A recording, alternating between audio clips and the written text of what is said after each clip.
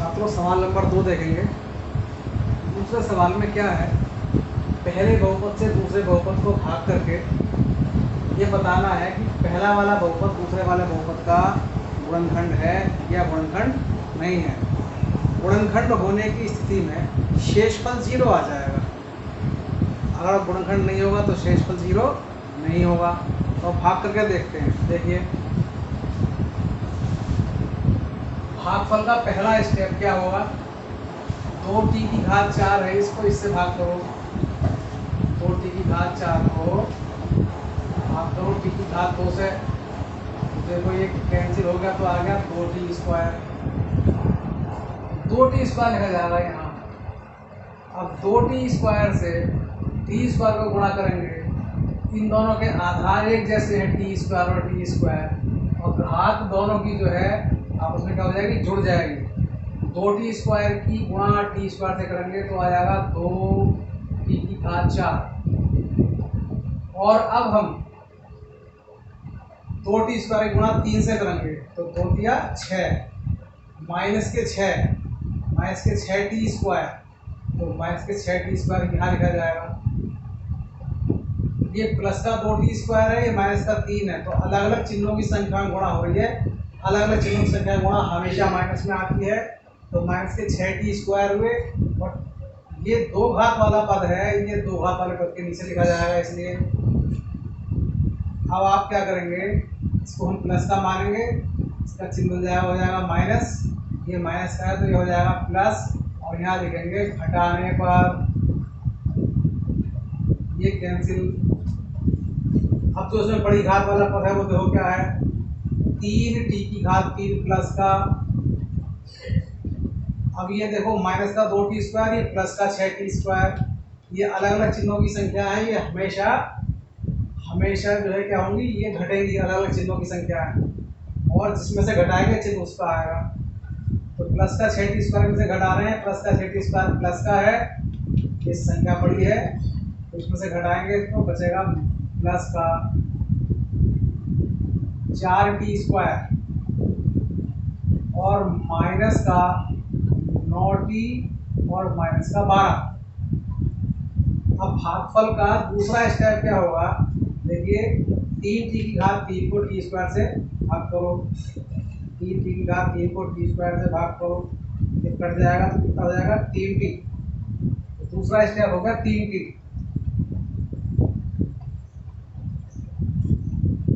3t से t square को गुणा करेंगे।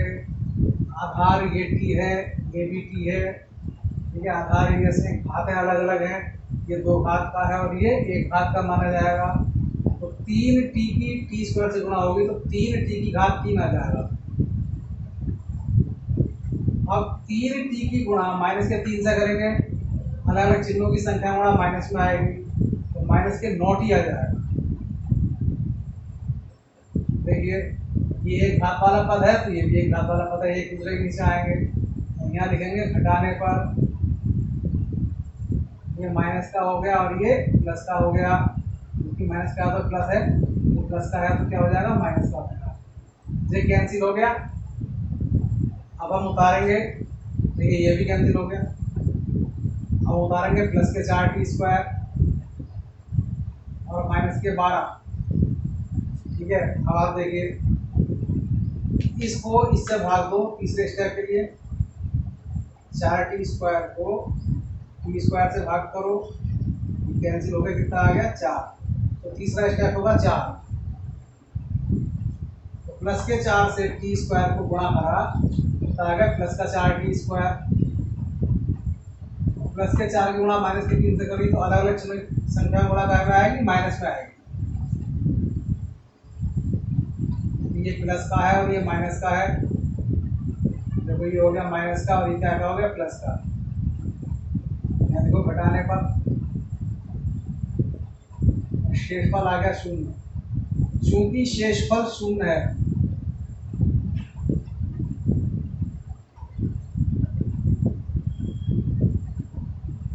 इसलिए t स्क्वायर माइनस 3 दूसरे बहुपद का गुणनखंड है।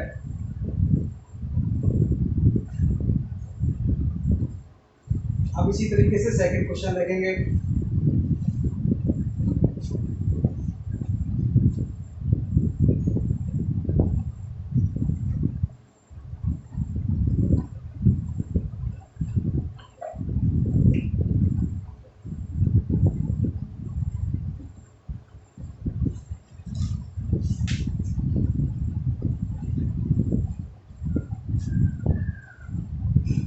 तीन एक्स की घात 4 प्लस 5 एक्स की घात 3,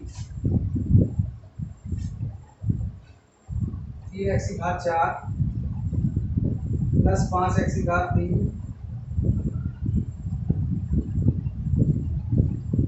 और माइनस 7 एक्स स्क्वायर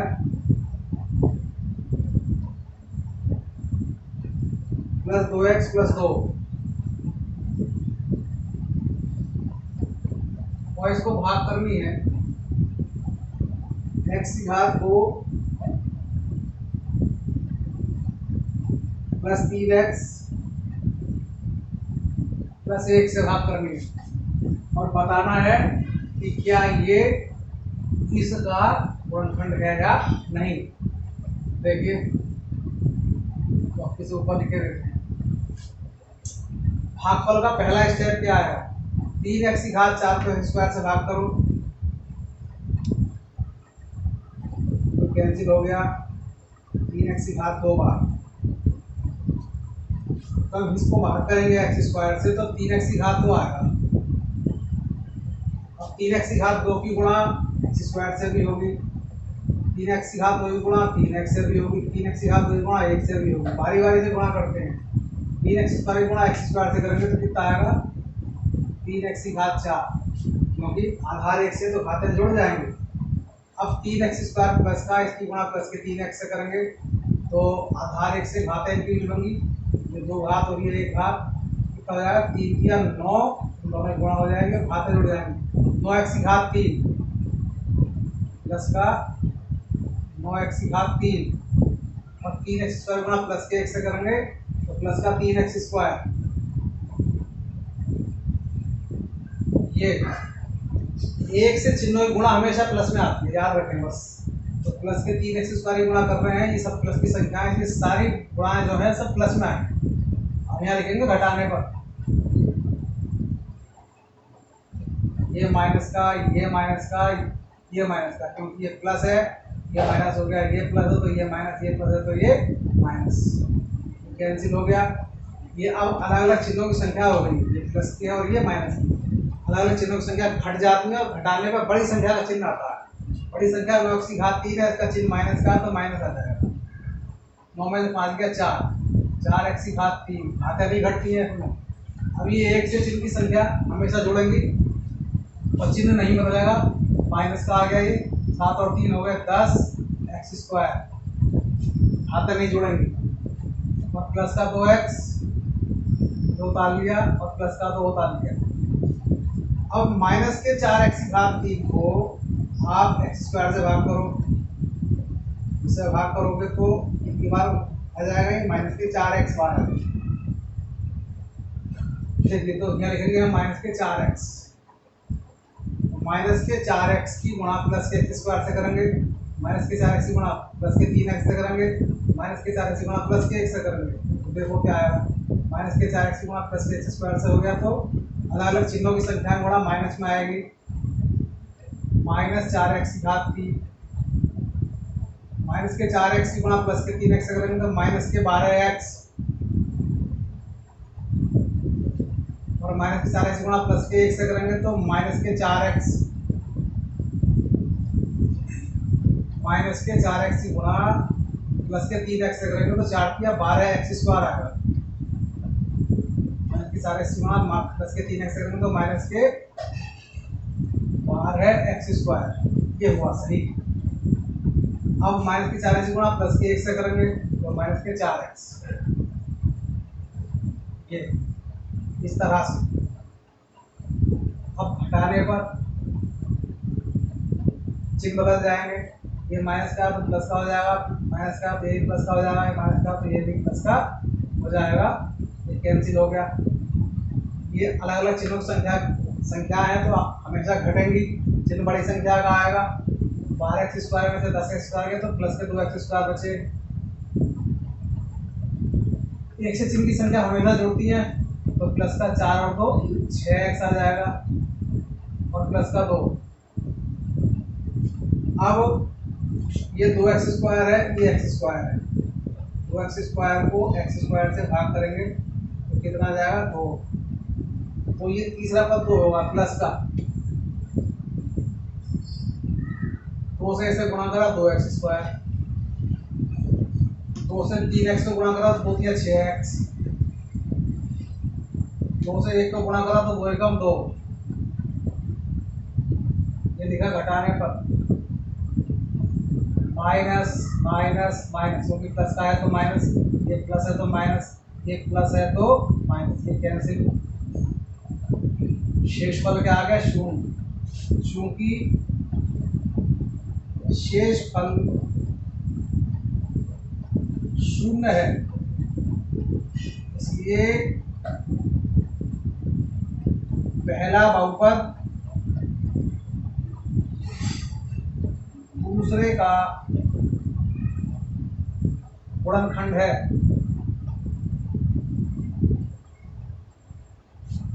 अब तीसरे सवाल पे आते हैं।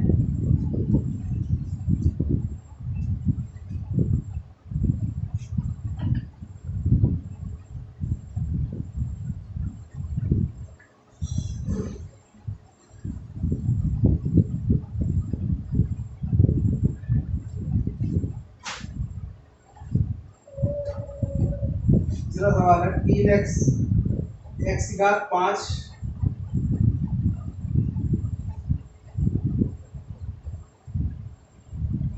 माइनस 4x⁵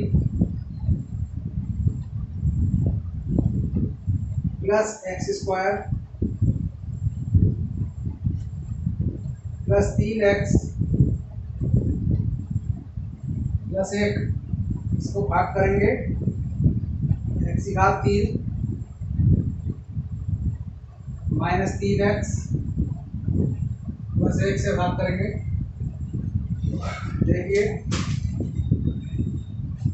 भागफल का पहला स्टेप क्या होगा, x⁵ को x⁵ से भाग करो, x⁵ को x⁵ से भाग करो तो भाग में घातें घट जाती हैं, तो x⁵ 2 आ जाएगा, बाद में 3 या 2, यहाँ पे x⁵ 2 लिखा जाएगा। अब x⁵ 2 की गुणा इससे भी करेंगे, इससे भी करेंगे और इससे भी करेंगे। x⁵ 2 की गुणा x⁵ से करेंगे तो x⁵ 5, आधार 1 से घातें जुड़ जाएंगे। x⁵ 2 की गुणा माइनस के 3x से करेंगे तो माइनस के 3x⁵ आ जाएगा, 3x⁵, ये x⁵ 2 है, ये x⁵ 1 है, 2 और 1 3, ये 3 है गुणांक, उसका गुणांक कहेंगे तो 3 कम 3, इस टाइप से आएगा ये। और x² गुणा प्लस के 1 से करेंगे तो प्लस का x² आ जाएगा। यहाँ लिखेंगे घटाने पर ये माइनस का, ये माइनस है तो ये प्लस का, ये प्लस है तो ये माइनस का, ये कैंसिल हो गया और ये भी कैंसिल हो गया। अब आप आगे देखिए, ये अलग अलग चिन्हों की संख्या है, ये अलग अलग चिन्हों की संख्या हमेशा घटती है। चिन्ह बड़ी संख्या का आता है तो माइनस का x⁵ और ये प्लस का 3x, ये प्लस का 1 उतार लेंगे। अब इसको इससे भाग करेंगे, दूसरा स्टेप लिखने के लिए x⁵ को x⁵ से भाग करेंगे, क्या आ जाएगा, ये माइनस का 1 आ जाएगा, माइनस का 1, माइनस के 1 से करो, 1 से माइनस के 1 से इसको भी गुणा करो, इसको भी गुणा करो और इसको भी गुणा करो तो आ जाएगा ये माइनस के x⁵ और माइनस के 1 की गुणा माइनस के 3x होगी। ये 1 से चिन्हों की संख्या गुणा हमेशा प्लस में आएगी तो प्लस का 3x और माइनस के 1 की गुणा प्लस के 1 से करेंगे, अलग अलग चिन्हों की संख्या गुणा माइनस में आएगी तो माइनस का 1। घटाने पर ये माइनस का है तो प्लस का हो गया, प्लस का है तो माइनस का हो गया, माइनस का है तो ये प्लस का हो गया, ये कैंसिल, ये कैंसिल। 1 से चिन्ह की संख्या हमेशा जुड़ेंगी तो ये आ जाएगा 2, शेषफल 2 बच गया। ये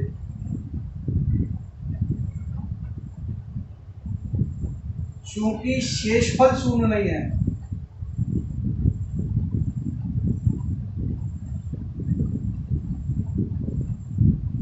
शेषफल शून्य नहीं है, इसलिए पहला बहुपद दूसरे बहुपद का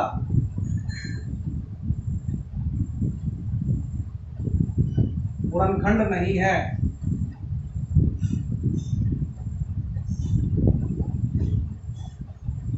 तो इस प्रकार से ये सवाल हो जाएंगे। अब सवाल नंबर तीसरा करेंगे।